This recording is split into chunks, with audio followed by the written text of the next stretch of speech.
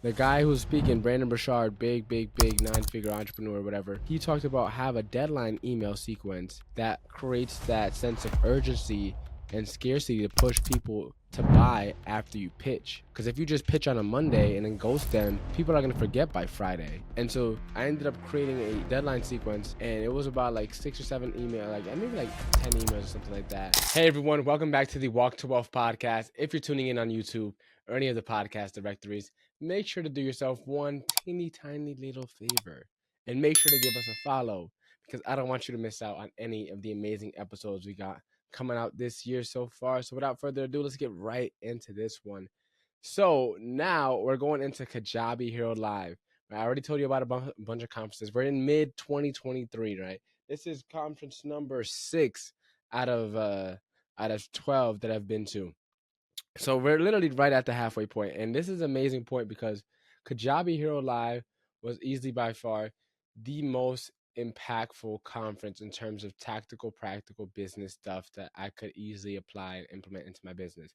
It was such a dope conference. So here's how I found out about Kajabi Hero Live. So what is Kajabi? Kajabi is a software I use to run my business. It's like it holds your emails, it does your payment processing, it does your landing pages. Or I mean, you can host your landing pages on it. You can host your courses on it, your coaching on it, your podcast on it if you want. I don't use it for my podcast, but and you can do a community on there as well. So like, pretty much, like this whole like thing with Kajabi is that it's like a simple all-in-one business software to help you run your business, and it's run nice and easy to use, which I love, and it makes my life super simple. And as part of Kajabi, one day I remember, this is now like early 2023, I remember, and on their website they had something talking about, get your ticket to KHL Live or Kajabi Hero Live, and it's in June. And I'm like, okay, sounds pretty interesting. And so this conference I actually paid for with the scholarship money that I got from going to Quantum Leap, which was dope. So I paid for this conference. So I only had to cover my hotel, my flight to get there, of course food. I'm not counting food and stuff, but like, so all in, I probably spent for KHL, probably spent like maybe, I want to say like 700 maybe or something like that. I don't think it was that much. And so, oh, actually, I lied because I used the scholarship money for my travel as well. So I pretty much just had to pay for food and stuff. That's pretty much it. Yeah, I used the scholarship money for travel and the hotel and the actual ticket to go there. So I pretty much didn't really have to pay to go to Kajabi. And here's now the beauty of it. Kajabi Hero Live was 2 weeks before my first like multi-day launch. So I had tons of pressure to really make the most of it, because 2 weeks after I came home, I was gonna be launching my course, the new and improved version, right? And so I went to KHL. Now this was, if I'm not mistaken, where was KHL? I think KHL was in Austin. I want to say Austin. Parts of me, yeah, I think it was in Austin. Yeah, I remember it being in Austin. Now I could be mistaken, but let me double check. Let's see. Yep, it was in Austin. There we go. And so KHL was in Austin, and if I'm not mistaken, it was a 3-day event. Now, this event was filled with a bunch. I think this was like maybe 1,000 people, if I'm not mistaken. But it was all course creators and business, like online coaches. So like people that are all doing exactly what I'm doing for the most part. So it's like, I mean, I've been to conferences with all business owners, but like this is like literally all online business course creators. Like this was like as close to like finding people that are similar to me as possible, right? In terms of like what I do with business, right? And everyone has their niche or whatever, but like the playbook is the same. We have courses and coaching. And so like I was really excited to go to this conference. And the biggest takeaway for me was easily was the I got to see. So here's the amazing thing: the connections, right? So I got to meet this guy named Brian Jung. So a lot of you guys who listen to the Points and Miles series that I had and the credit card series that I had, if you haven't, definitely go listen to my Points and Miles series. But one of the guys that I was first watching when I learned about Points and Miles was a guy named Brian Jung, and he talked about like the Chase trifecta and how he got into points and miles and how he got accepted with Chase cars and yada yada yada. He's one of the guys that I used to watch religiously when I was learning about credit cards and the different benefits and all the different perks that he had to offer. I got to meet him there. Then also this other lady, her name is Maya, and I'm working on getting her as a guest on the podcast. But Maya, she's like 25. I think I didn't know how young she was, but she's like a few years older than me, and like a seven-figure entrepreneur already. And she's an Instagram coach, and I followed her a couple years back. I've been keeping up with her stuff, but like I got to see her in person. There's this other lady. I didn't get to meet her, but I got to see her. Her name is Alex Capozzi, and her business is called the Copy Posse, a copywriter. And I paid for one of her copywriting courses. I didn't get to speak to her, but she was there at the event, and like people who I've been following and keeping up with and learned from online that are actually there in person. So that was super dope. On top of that, oh my goodness, the speakers I got to you got to like this other guy named Ali Abdal from YouTube. He has like almost 5 million subscribers. Like he was there, and this other guy named Graham Cochran, whose podcast I listen to, and he's really dope. If you want to start an online course, like he's someone I would definitely recommend following and listening to. But like, yeah, he was also there, so it was like, and with Graham, like I got to sit down next to him. Mind you, he's been making multi seven figures for years now, right? While working like less than 20 hours a week or less than 10 hours a week or something crazy, like insane number like that. And I got to sit next to him and just chop it up with him and ask him about business advice. And then he hosted a round table, and it was like maybe like 10 of us around the round table. And we all got to ask our question, and he just kind of like, open, like ask me anything style and just answering them one at a time, which was super, super dope. But my biggest takeaway from all of it, right? The connections were great.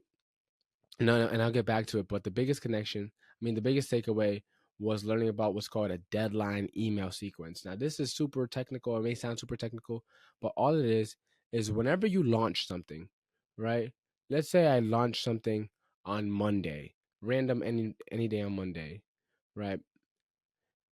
If you just launch to launch, you're probably gonna get some people that buy. But if there's no scarcity and urgency attached to it, right? People aren't going to take action, or people that might have taken action but are procrastinators, right? They're not going to take action. And so, what I did with my launch is I opened up for enrollment on Monday, and I was going to close it off on Friday. Now, here's where the deadline email sequence comes in.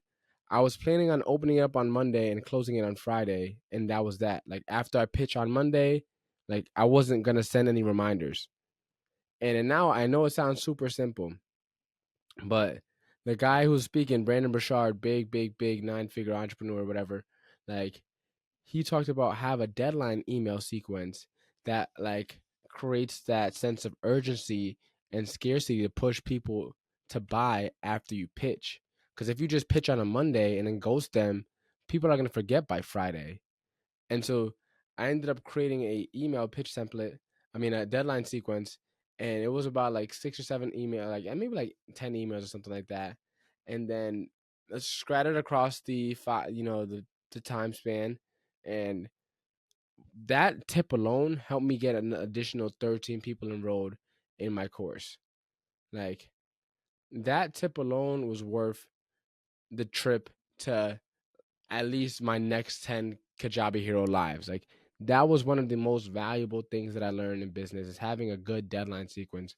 And now every time I do a launch, I always make sure to follow up via email. Always, always, always.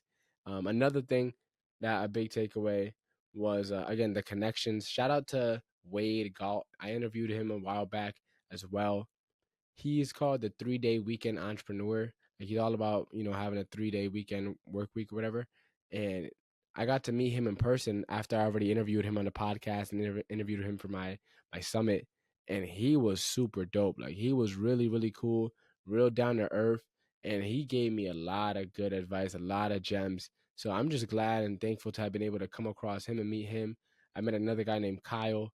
He has a business. He teaches people how to like do like wood stuff, like make laser engraved wood. I forget what exactly the business is, but he makes like 40K a month or something like that.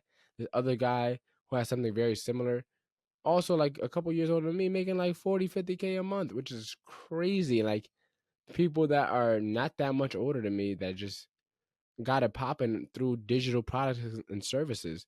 And so just like it was such a dope conference, easily the most impactful conference. I'm definitely going to be going back in 2024. This year, it's going to be in California, in LA, I think.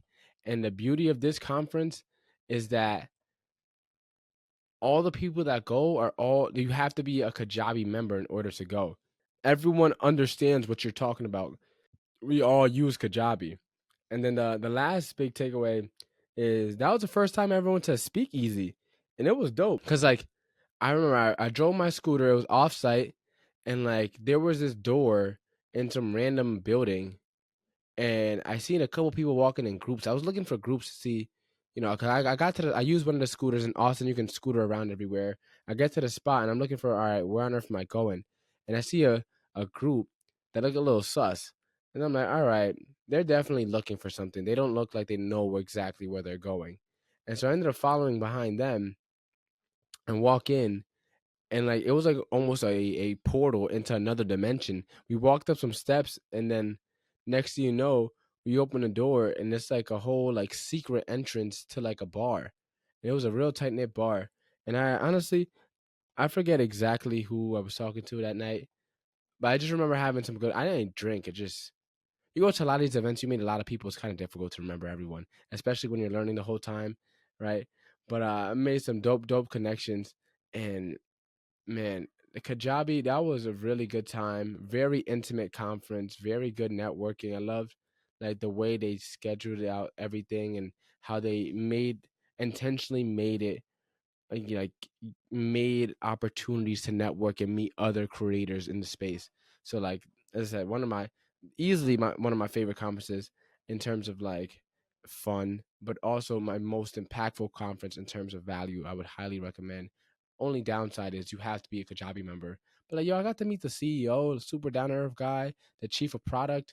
I got to meet a whole bunch of amazing people when I was at KHL. So I'm really excited to be going back this year, and we'll see where it goes. But in my next conference I went to, it was my first like faith based conference. Like a lot of people there were Christian, so like almost everyone there pretty much was Christian, and so it's like that was super dope. So like make sure you stay tuned for the next episode in this series because like that was also a really good conference.